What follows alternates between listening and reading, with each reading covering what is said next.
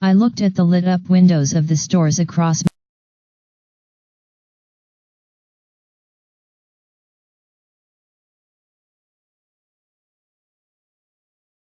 Night Monster. 500 words from the stepladder I watched.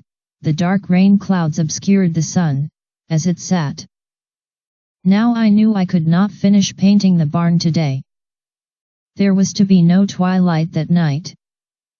And I had to get home in the little light that remained.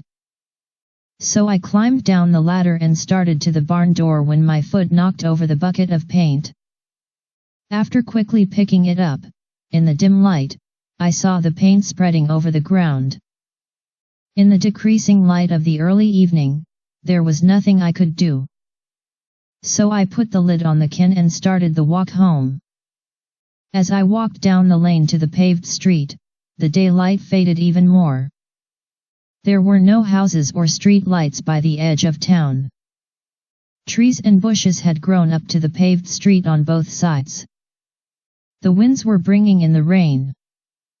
The creaking of the limbs as one moving on the other was in the air. Low dark clouds racing to the east overhead.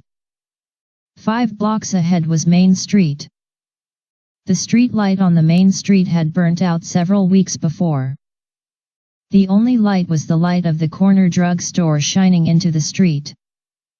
I walked quickly towards the light. When groups of low dark clouds moved overhead, even the shadows were not seen. As I rushed toward the light of the corner, I heard footsteps behind me. As I walked faster, the footsteps walked faster. The black clouds overhead made it impossible to see anything except the light at the corner. I could not tell how far I had to go. I just kept moving in the dark. Then I heard the footsteps getting closer. Maybe it was 2 pair of footsteps, I couldn't tell. I kept moving as fast as I could toward the light. Then after the dark clouds above me moved east, there was some amount of light. I found myself a block and a half from the drugstore. Glancing back, I saw a large grayish-black werewolf following. His feet were red with blood.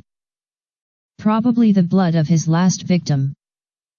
I ran to the light of safety at the corner. As I ran, it ran right behind me. His footsteps were coming closer. I made it around the corner, stopped in the light from the drugstore window. The sounds of footsteps were heard no more. I looked at the lit-up windows of the stores across Main Street. The relaxing sights of the tranquil little town calmed me. Safe at last. So I turned and hurried down the sidewalk.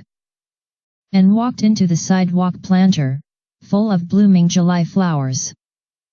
I fell, hit the sidewalk and rolled onto my back. The large black monster lunged at me. The bloody werewolf's claws pressed onto my chest. His tongue licked my face. Oh no. It was okay. It was my dog Fido. He walked in the red paint I spilled.